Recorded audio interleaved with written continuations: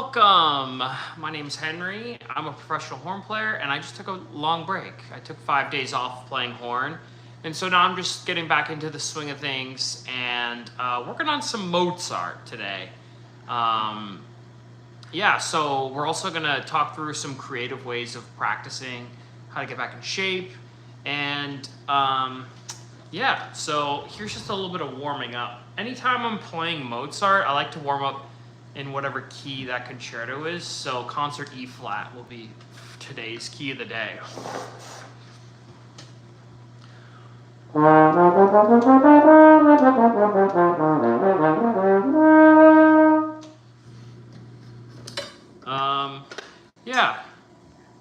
So Mozart 3 is one of my favorite of the 4 concertos that Mozart wrote for the French horn.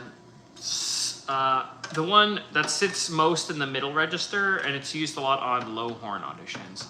And I'm a low horn player of sorts, so I really like this concerto. It has a cadenza option to play cadenza, so that's pretty fun as well.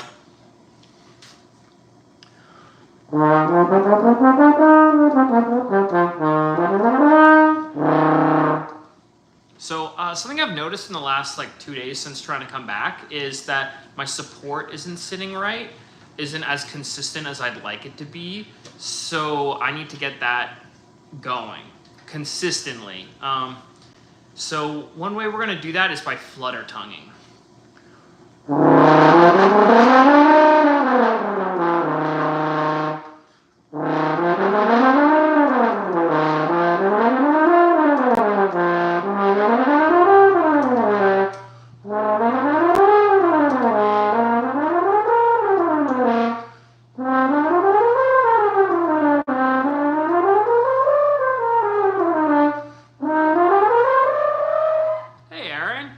Welcome back.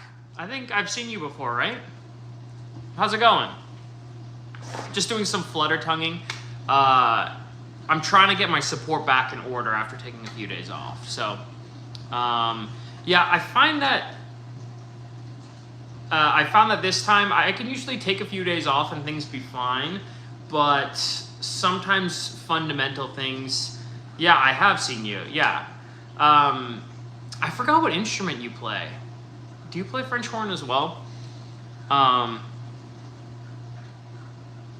So I'm trying to get some of these fundamental ideas back in line, and consistent support is one of them. I've been playing around with these breath attack exercises as well, but that addresses a second kind of support, which has to be added on top of a really consistent layer.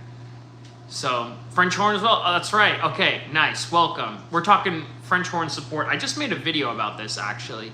So the kind of ab engagement you want when you play French horn is this feeling of your abs kind of flexing downwards. So that's what I'm gonna be focused on. It's really good when you do slurred scales. So I'm gonna do this exercise again, slurred.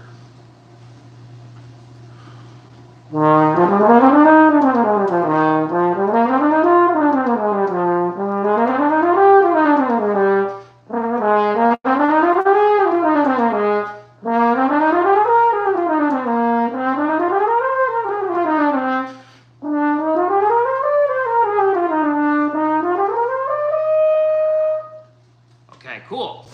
It's really consistent, and now you have to take basically Control-C, completely copy exactly what your body just did, and then add the tongue on top of that. And that's how you get really clean, clear articulation for stuff like Mozart.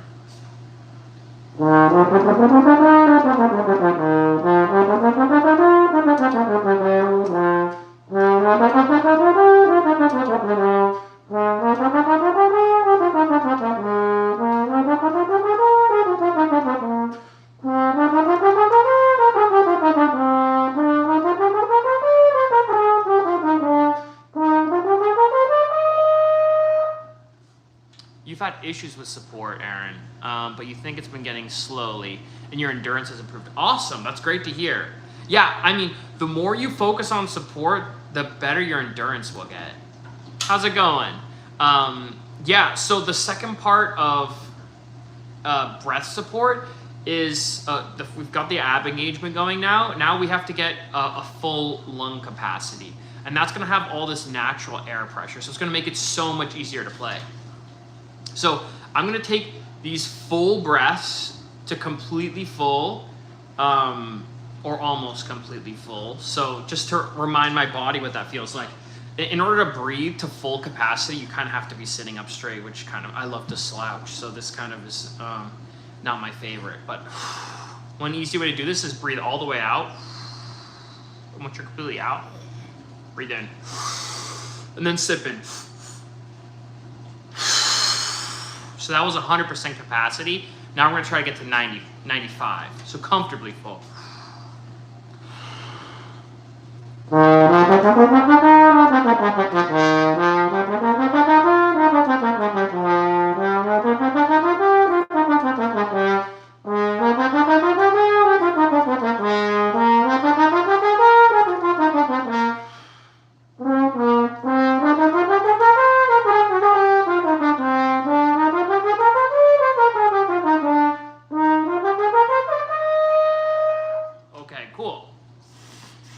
It's something I'm not used to, breathing to like that completely full regularly. So best instrument, that's right. Hey, you've played the horn for 3 years. That's so cool. Nice. Yeah. So it's really hard when you're using all of this air to like wield it correctly. So I haven't practiced as much in the last week, so it's kind of a bit all over the place. So figuring out how to put it all into the horn as efficiently as possible is exactly what we're going to be doing today, especially figuring out how to do that in terms of working on a Mozart horn concerto.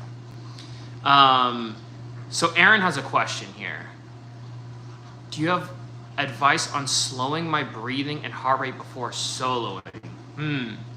I've been playing a horn solo for my marching band this year, and I'm always very winded before I play it. I run a lot before. Okay, so this is a great question.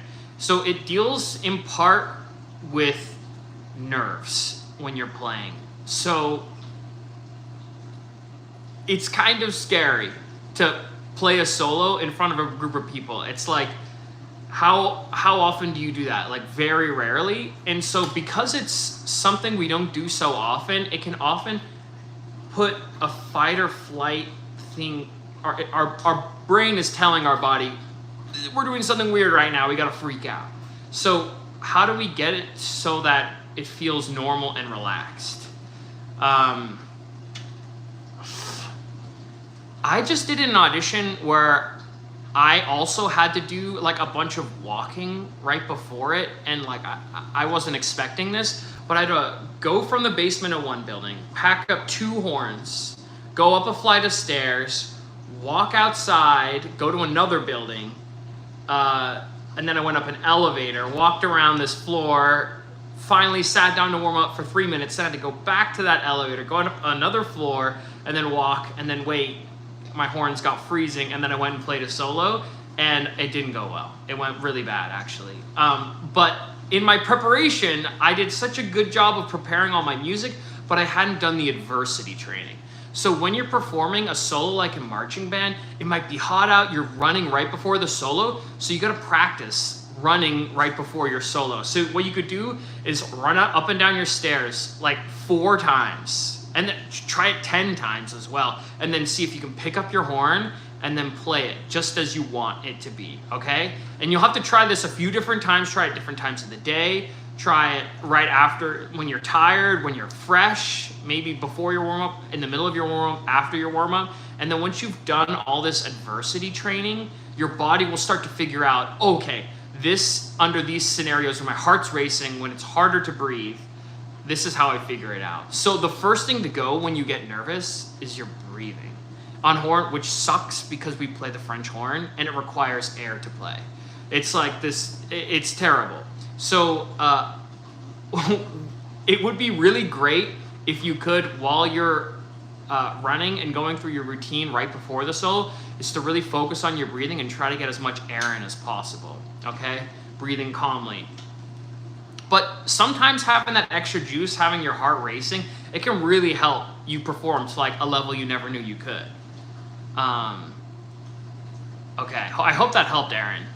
Yeah, so adversity training. I would add that in. Do like 10 push-ups if you can right before playing a solo, and then see what it feels like. Okay, LP, when did I start? I also started in 6th grade. Nice. Yeah, I also started in the 6th grade. I've been playing horn now for 18 years, so a while. Yeah. Sean is asking what I use to record. Your Google Pixel on your stand is awful.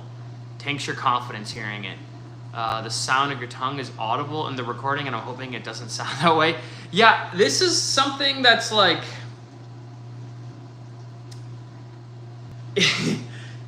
it's difficult because it might be the audio on a Google Pixel is not great, but also the psychology of listening to yourself play a recording is like something that could be taught in a class. Like, it's one of the hardest things ever to record yourself, even like to hear yourself speak or to hear yourself play your own instrument. It's like kind of brutal sometimes. So optimally, if you play French horn, I find that if you're pointing your instrument to a corner of a room and you've got at least 6 feet, then you'll have the best room acoustics, and then you can just put a voice memo app on the other side of the room, maybe like 8 feet in front of you if you can, if you have that. I mean, if you're in a small like 10 by 10 room, then point your bell to the corner of a room and then set the microphone up on the other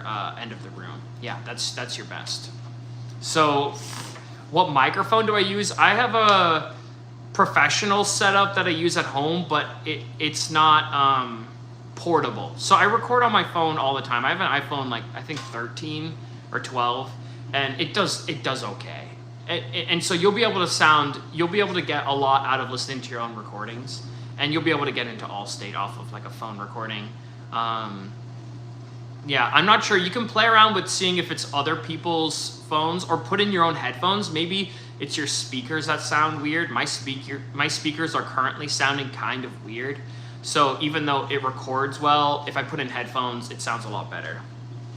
Hello, mister. Yeah. Okay. So now back to some Mozart scales. Yeah, this like scale exercise is kind of the bane of my existence, even when I'm in shape. I'm trying to think about what helps me the most. So I just worked on some air support. I kind of was really unwieldy with it last time, so I'm gonna figure out how to use it.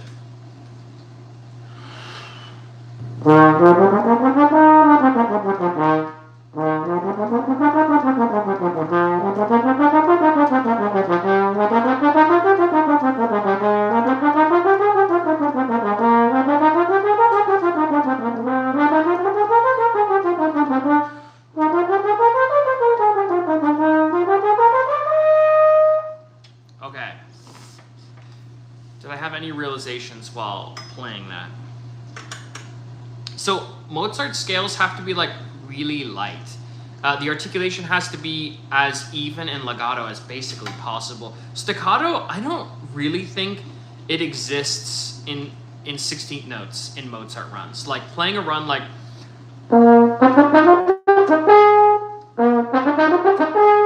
it kind of is the wrong character for that. So playing something that's like really effortless sounding and more legato is the name of the game. So how do you do that? What are the runs in the Mozart 3 that I'm working on? At the beginning.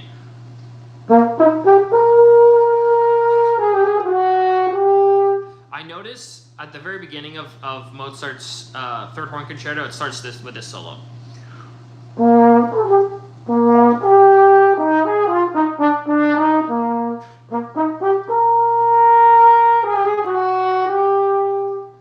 Those 4/16ths often get compressed. I guess it's 3 the way I play it.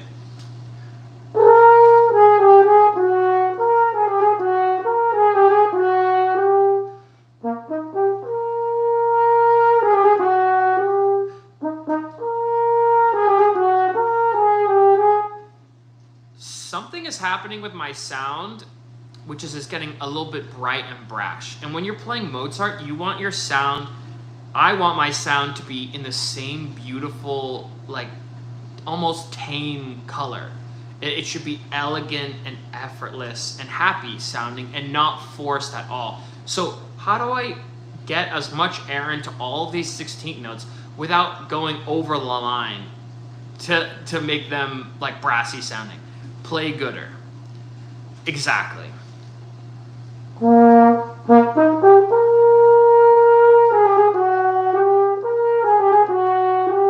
So I want to keep my sound bright.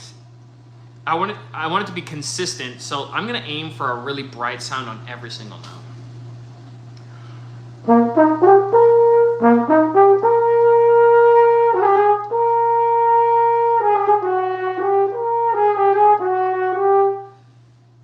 Something is happening on the sustain of the long note where I'm giving up on the support. I'm at the end of my tank for air, so I'm not being as supported there, and also I feel like I'm giving up. I'm not compensating that with my ab engagement.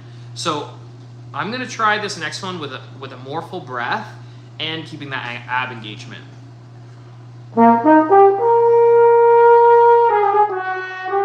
Okay, that works so much better. Okay, that's the move. Totally.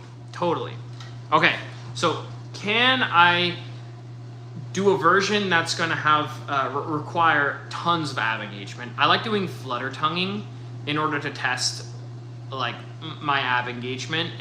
In order to do a flutter tongue or like roll an R as you play horn or any brass instrument, it's going to require a ton of air, like a metric ton of air. So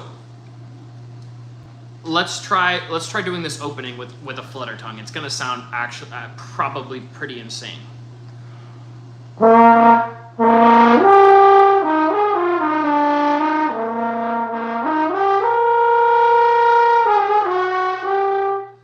I could feel it on that sustained high note. My support had to really engage more and more as that note was sustained.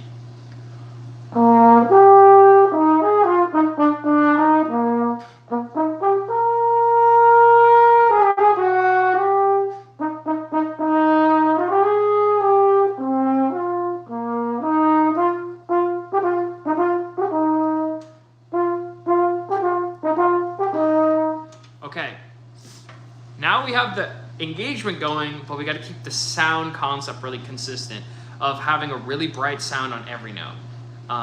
Really beautiful, effortless. So I think I'm coming out of the bright sound. By the time I got to the end, my articulation was a little unclear. So let's focus in on that first.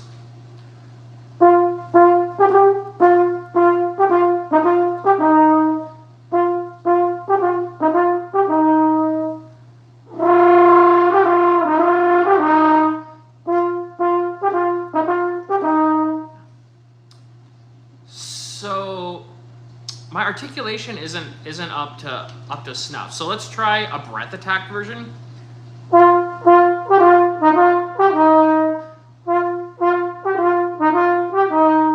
Okay, that's way better.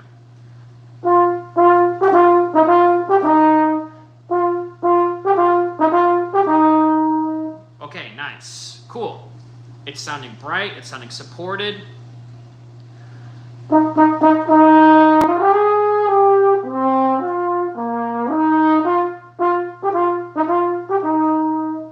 Alright, nice. I think we're finally ready to put the whole first phrase together.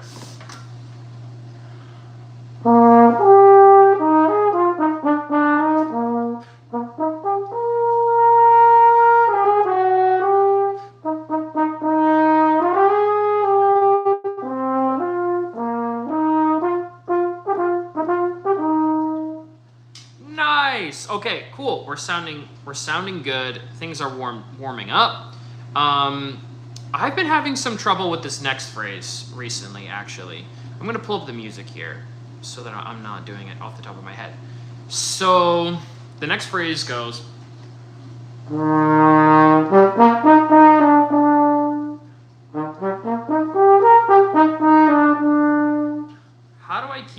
really consistent sound on every note with a really clear articulation. I feel like that's the name of the game. I'm going for clarity over everything else whenever I'm playing horn.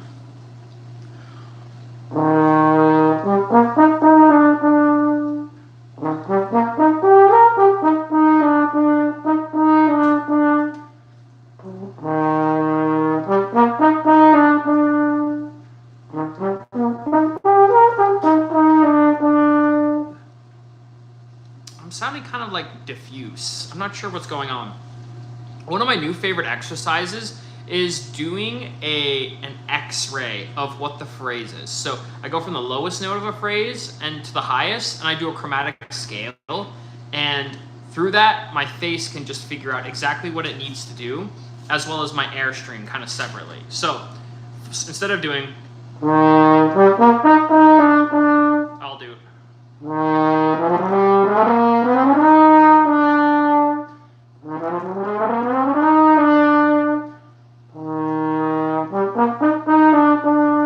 Okay, cool, nice.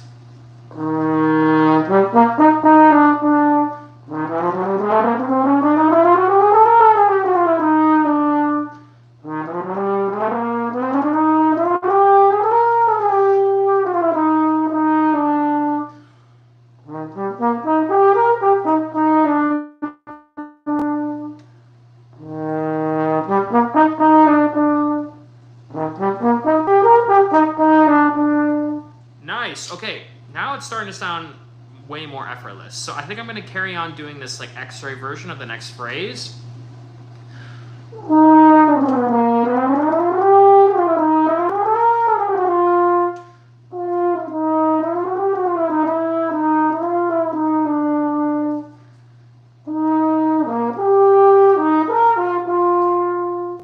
Intonation was weird for that.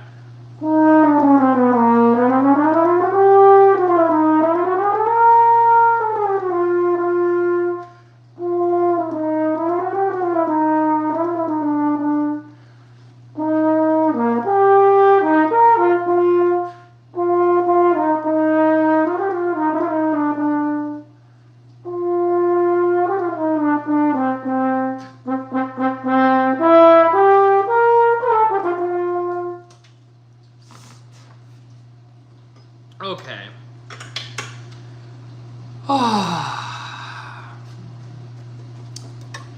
I wonder how many years I've been playing this concerto for. At least, I mean, did I start playing this in high school? I don't really think I really played 3. I played 2 all the time, and 4 sometimes. But maybe 10 years? I don't know. When did I start working on 3? I honestly feel like I didn't get to play it much in undergrad. Maybe till grad school more. But I feel like with Mozart, you can always find something new. So.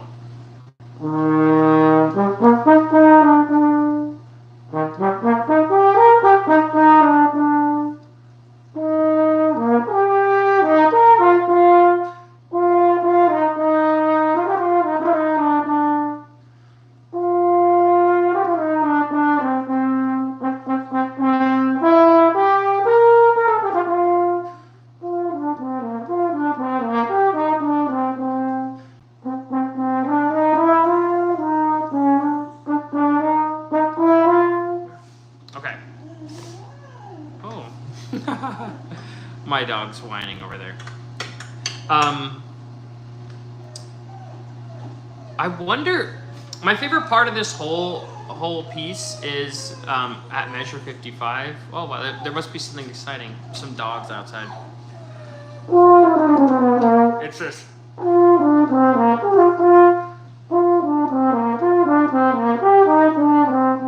It's this like moment of complete serenity in this, which is so great, and it's written con espressione, but I don't know if this is the actual marking of Mozart in it. Yeah, so how do you play this with expression?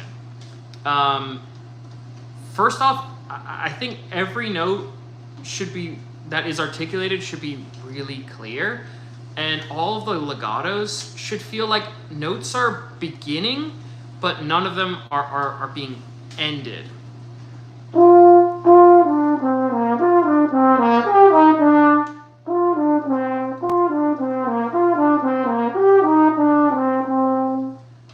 we need to do another X-ray of this.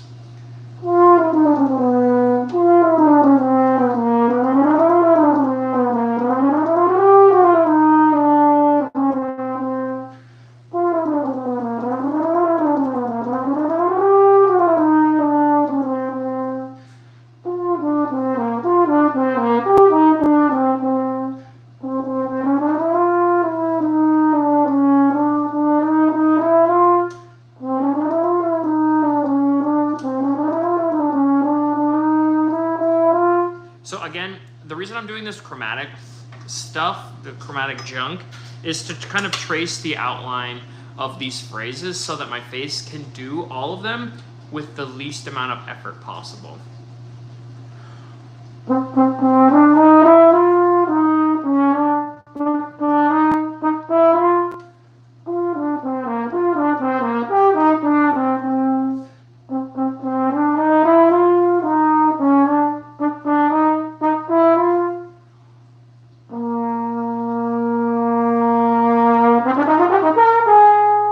Come to the first run of this. So I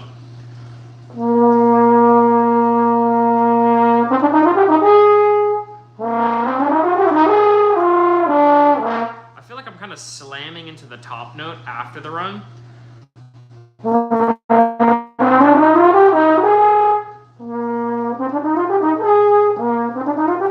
I just listened to a recording by Roderick Bobrock, former principal of the Berlin Phil, and the way he played this was like, it was so effortless. It sounded bright, it was a little bit pingy, but not abrasive. So I feel like what I tend to do with accents and when I try to play pingy is sometimes if I'm playing, let's say in mezzo piano, sometimes I'll start playing that accent in a dynamic louder than mezzo piano. I'll play in like mezzo forte or forte, and it's just too much and it's out of character. So let's see if I can keep this in this like expressive sort of relaxed way so that it feels more easy.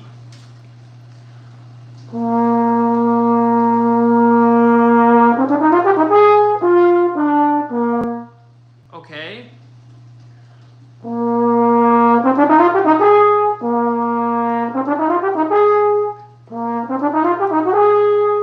I still feel like I'm like pushing the dynamics a bit too hard. And on Mozart, you really don't have to do that.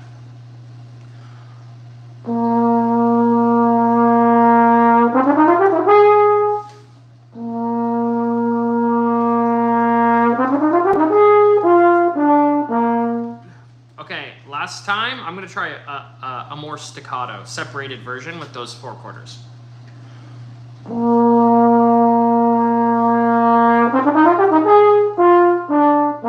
Okay, nice. That was super convincing. I love that. That was great.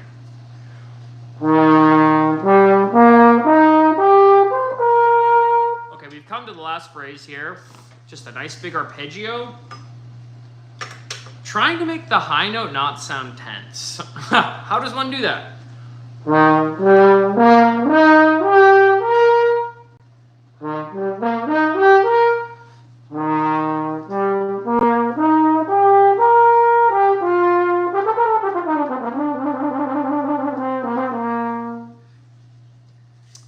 I feel like there's still a little bit of edge in the sound, and you want it to be really warm, but no edge. What's going on? What's going on? What causes edge? Maybe being overblown. Sometimes when you put too much air into a note on horn, it kind of gets a little raspy. So let me make sure I'm blowing the right speed of air, but not too much air.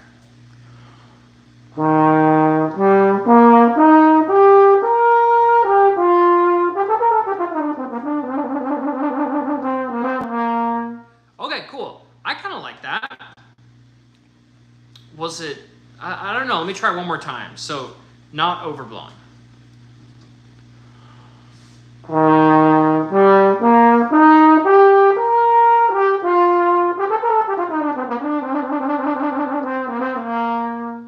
Okay, that sounds good.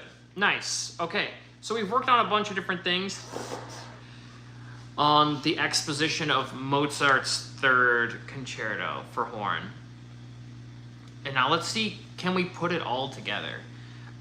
just remembering the stuff that we worked on was not overblowing.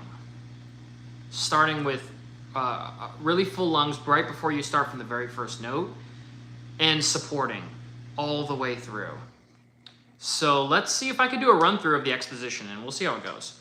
I'm going to empty some water and buy some time. Thank you, Horse. I appreciate that. Yeah, so this piece is usually asked on a lot of auditions. I play in the Pacific Symphony, and this was asked for our audition. Yeah. It's asked a lot on low horn auditions, so second and fourth horn.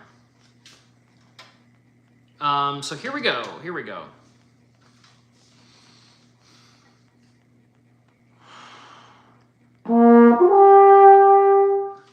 Dang, I cracked the second note. That be how it do be sometimes. By the way, I have stopped playing when I have done auditions. I've stopped playing after like the first or second note and just restarted. I mean, it's better if you're like, already a couple lines in, it's better to just play through the whole thing and just let it be what it'll be. But if it's the very first note, sometimes you just set up wrong.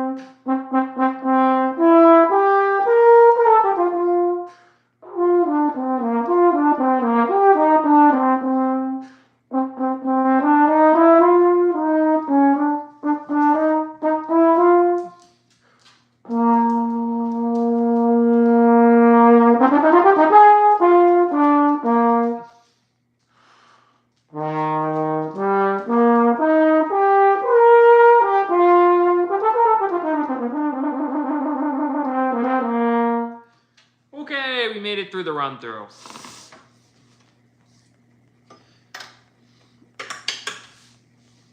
What did I notice about it? I mean, I liked a couple of things that I did, but I think what's going on is I'm getting inaccurate after breaths. And so one of my habits that I've noticed is that sometimes I move too much when taking breaths. So in order to keep everything kind of locked in place, because sometimes playing horn can feel like, walking a tightrope, is to minimize the movement you have to do so that things stay the same. So what's an exercise you do to practice that? Let me just try doing a statue version of myself. I'm playing the opening again.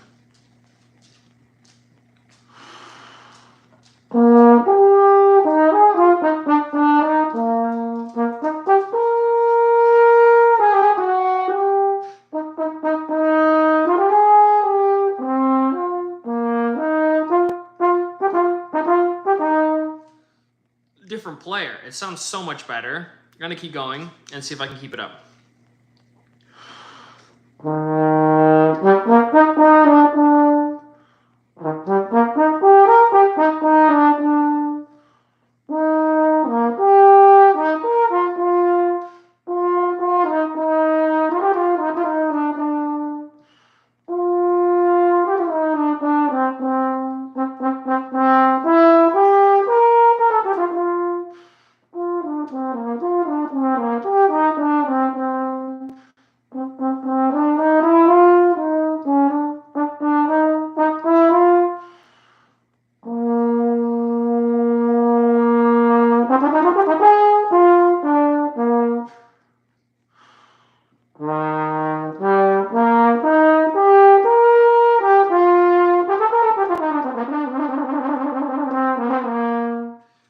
cool. That was like on another level from the first run through. Sometimes you just want to have too much fun and move all about, but especially as I'm getting back in shape, too many moving variables makes things too hard to figure out. So I'm going to try to be a sort of statue version of myself for the rest of my practice session. Hello, how's it going? Any horn players here?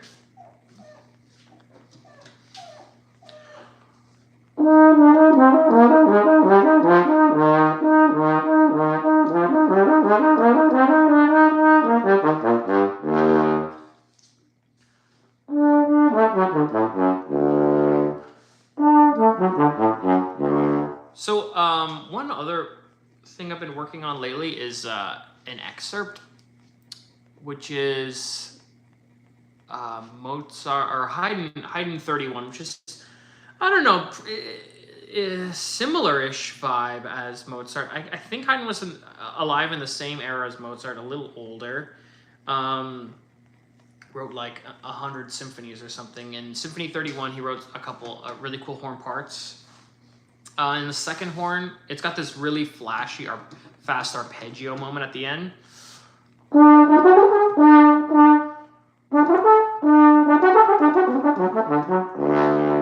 Kind of hard to just do out of the blue. So let me work on this one. Maybe a little Wally.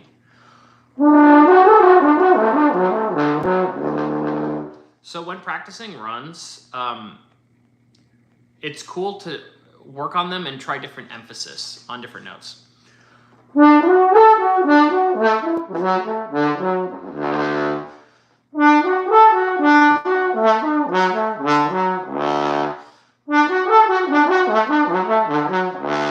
Okay, so that was every other beat. I'm gonna try, that was on the downbeat, sort of, every two notes, and now I'm gonna try off beats.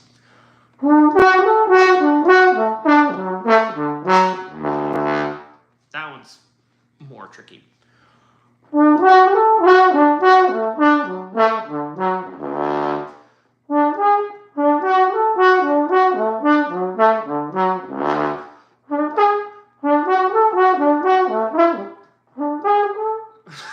Okay, this one's kind of a brain twister.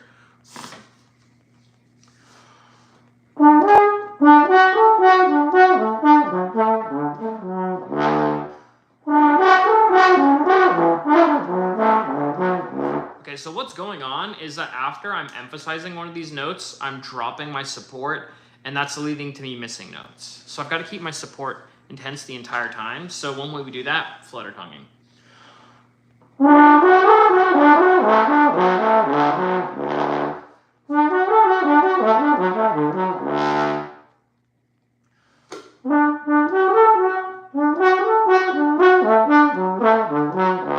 Okay, cool, nice. So we've got the off beats emphasized.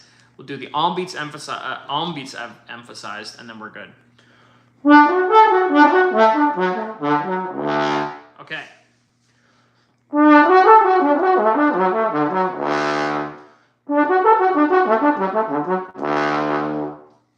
Also, I love to smack the living junk out of the low note, but that is not the most musical way of doing this. Hello, sir. Yeah, so trying to play a bit more delicate to the end here. Let's try a version that's like a bit more restrained in that way.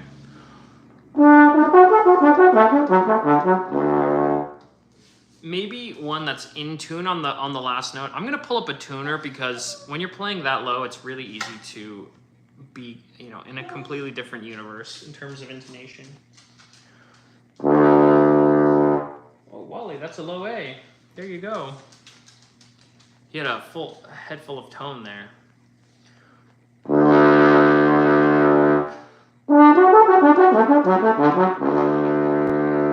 So I'm playing it a little bit high, but let's see if it's in the center of the note.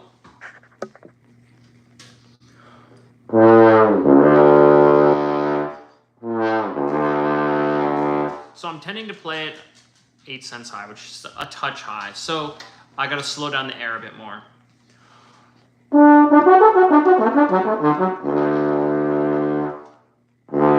Even more. Even more. Dang. What's going on? The low...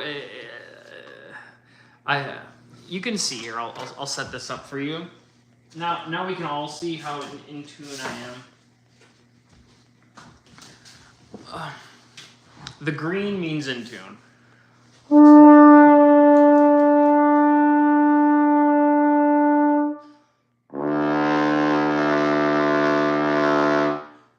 Dang, Wally. Yeah, so I'm trying to get my low A to be right in the center of the note. So doing this bend and bump exercises, it'll help a lot. So it'll tell us where the center of the note is, aka where the horn wants the note to speak.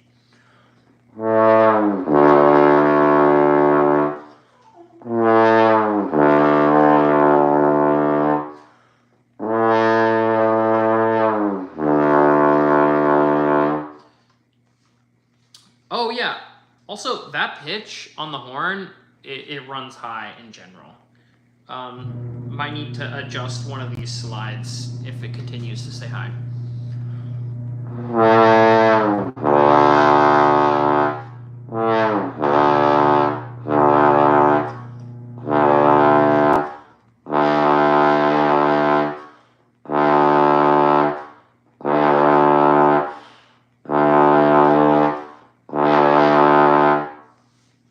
I wonder why my dog is just like, he really loves the low A. Hello, sir. Okay, so we've got the A in tune a few times. Oh, thanks for saying that, Cameron.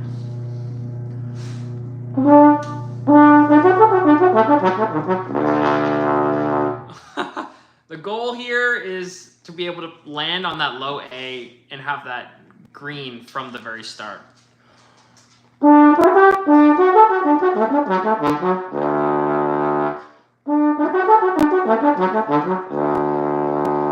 Okay, that was close. That was closer now. So the context of this within the excerpt is it's at the very end. I've totally eaten it on this.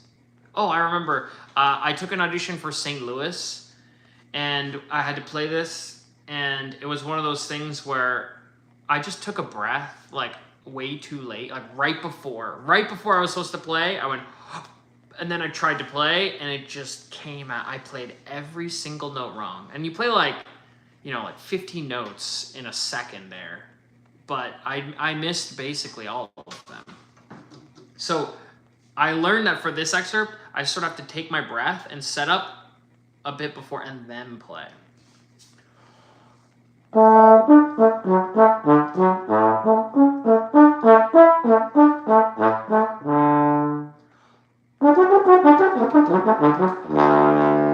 Yeah, not quite.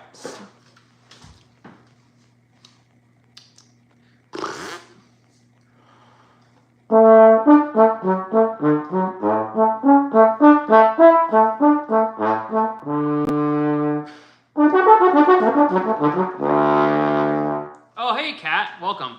How'd the exhibition thing go? Yeah, it's crazy. I practiced for that, and then I got sick, and so I had to call in sick. It was super sad because I love that piece. So I don't know how it went. Yeah, bummer. Yeah, so I got sick, and then it's really hard to. Sometimes you can sound better when you play sick, but most of the time you sound worse, and that was one of those times where I just like, yeah, it was, yeah, I know, R.I.P. Brutal. I even practiced the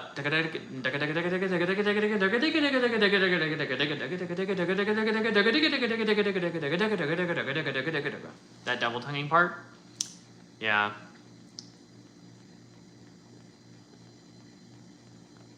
Thanks for saying that, Cameron. Yeah. Well, French horn is really hard. So go easy on us. I've been playing for 18 years. Yeah, it is hard to play in tune. I'm a professional, and still it's like, you know, an impossible thing to strive for is to play every note right in the center, in the most beautiful part of the note, perfectly in tune, and to play in time.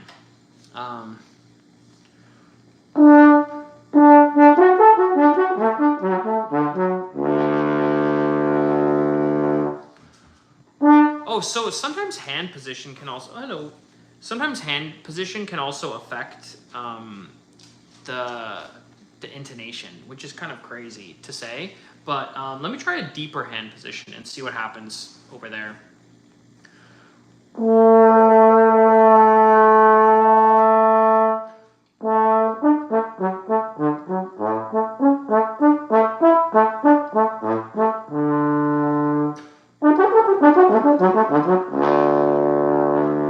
Oh, I undershot it. Cool. We've gone too far in the right direction. The banana of life. You gotta undershoot something in order to, or overshoot it in order to get right on the target. Okay, so I don't think that deeper hand position really helped much. My dog has started the hour of terror. So soon I'm gonna have to play some tug with him.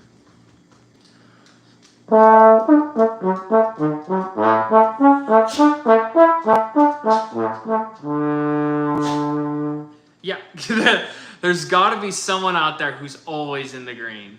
Yeah, I mean, listen, there's got to be, right? There's got to be. I swear, right now I'm 40. I don't know what percent green am I for this practice session.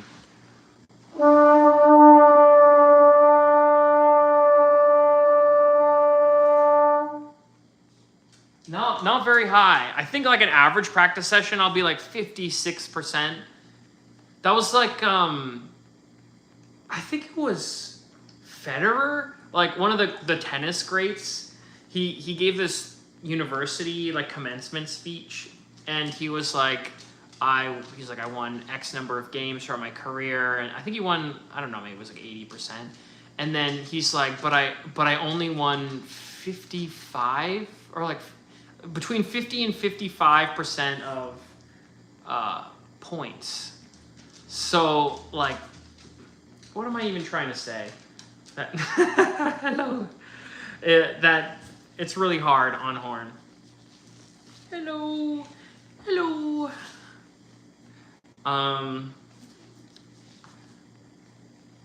So cams, you know, and a lot of horn players, they've struggled with pitch recognition. Yeah, the thing is, I struggled with pitch for years, and it's only because, you know, I went to 7 years of college for horn, and I put in my 10,000 hours. That stuff got better. Oh, appreciate it. Yeah, welcome to the stream. Yeah, so anyways, yeah, my dog is like, he really wants to play. So we got a little bit of this Haydn left. We're gonna try to hit it. It's like, maybe I feel like one of those gymnasts who has to like do a backflip at the end of the routine and like land on a low A perfectly in tune from the very beginning of the note. So.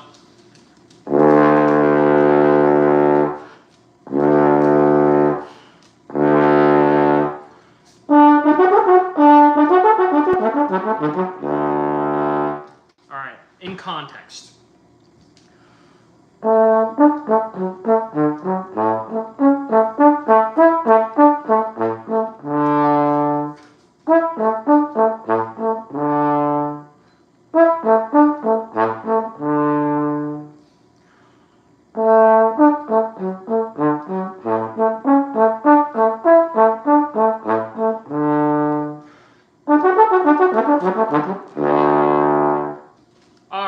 Basically did it. That was okay. I also noticed that now that the low A is in tune, I've noticed that all my pickup notes, the E, is just like inhumanely sharp.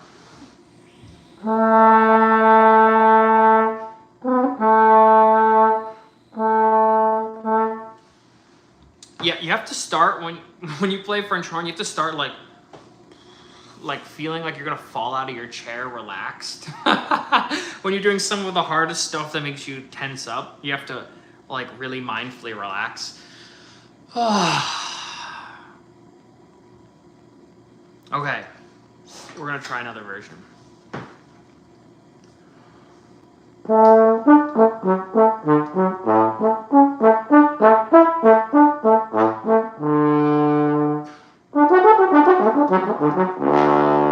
Okay, despite the intonation not being fixed for the E and the A, the low A was good and it felt more relaxed and like more joyous. Yeah, so Haydn is supposed to be sounding, I don't know, is it supposed to be sounding like really bouncy, really lyrical? I feel like it's not supposed to be lyrical, not like...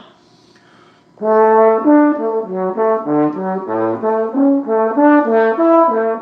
feel like that's not the vibe. I feel like it's gonna be like pecky, like a double reed.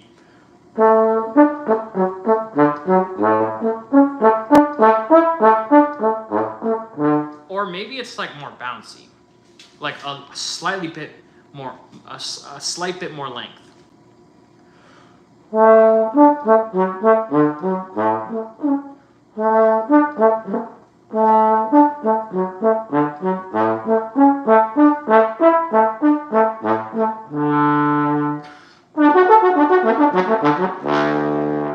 Okay. Oh, I remembered a trick I did for one of those auditions. That I sometimes start with a breath attack. So on French horn, to start a note clearly, you release the air with your tongue, but sometimes you can just start a note with no tongue and just with the air. And when you do that, it's way more supported. There are some other issues that can happen, but sometimes it really helps with getting the note to start in the green. Promising already.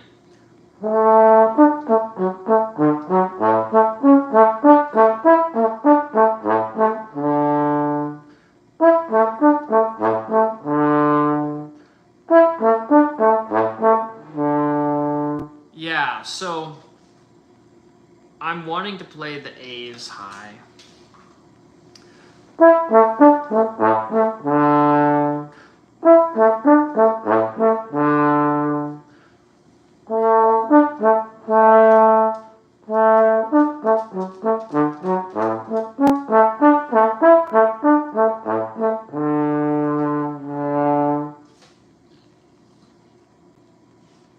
Sometimes I wonder if my tuner's broken, but it's not.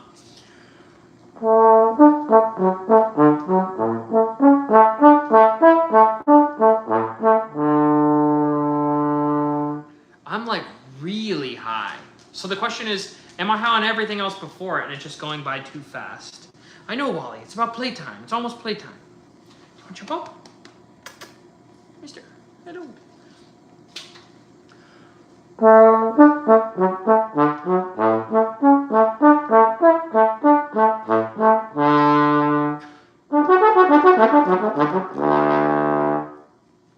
Is Mahler 5 banned? I've only been, I took 5 days off and I'm only just getting back in shape. Perhaps, what part of Mahler 5? I suffer from this affliction that basically I never grew out of it, where it's just like you instantly in your warm-up you want to start playing excerpts and the fun stuff. I haven't played the fun stuff yet today. Oh, but I just wrote a piece that I gotta record. I already recorded the audio for it, so maybe I'll record the video for it tonight. I'll try to do that. Hello, sir.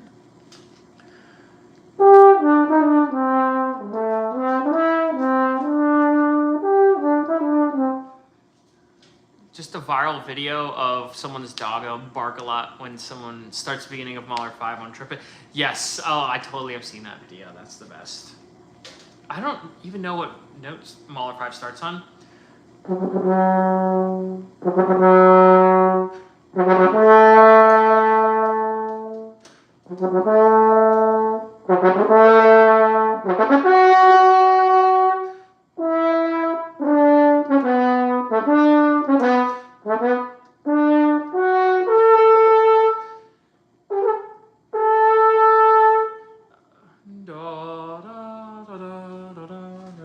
That's as close as I'm gonna get.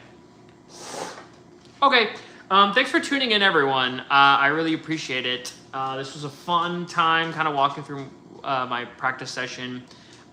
If you enjoyed, leave a like, leave a subscription or a follow. That helps me out. I really appreciate it. It keeps me motivated. Take care, everyone. It's good to see you. I'll be back soon. All right, bye.